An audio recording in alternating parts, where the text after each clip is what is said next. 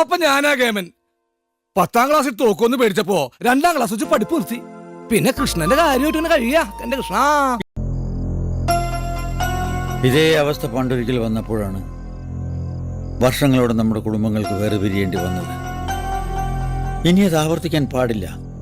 മനസ്സ് ശാന്തമാകുമ്പോൾ നമുക്കെല്ലാം പൊറുക്കാം. എന്തുകൊണ്ട് ഇതേ മുഹൂർത്തത്തിൽ തന്നെ വധുവിനെ മാറ്റി ചിന്തിച്ചുകൂടാ? മുതലാളി, ഞാൻ വിക്രമനാ മുതലാളി. എന്താണ് വിക്രമ? എക്സ്ക്യൂസ് മീ, ഇവിടെ നിന്ന് ഫോൺ ചെയ്യാൻ പാടില്ല കേട്ടോ. അയ്യോ, ഇങ്ങോട്ട് വന്ന കോളാ, ഞാൻ അങ്ങോട്ട് വിളിച്ചതല്ല. ഒന്ന് പറഞ്ഞോട്ടെ. ഹലോ, എടേ, ഇവിടെ ഫോണിൽ സംസാരിക്കാൻ പാടില്ല. അർജന്റ് മാറ്ററാ മുതലാളി. നമ്മൾ അകത്ത് കയറാൻ പാടില്ലെന്ന് പറഞ്ഞ് കോർട്ട് ഓർഡറും വാങ്ങിച്ച് പോലീസിനെ കാവൽ നിർത്തി അവൻ അകത്ത് കയറി നിൽക്കുക. ആവശ്യത്തിന് ഗുണ്ടകളുണ്ട്. ഇനിയിപ്പോ നമ്മളെന്താ ചെയ്യേണ്ടത്? ചെയ്യേണ്ടത് അവന്റെ കൈയും കാലും തല്ലി ഓടിക്ക്.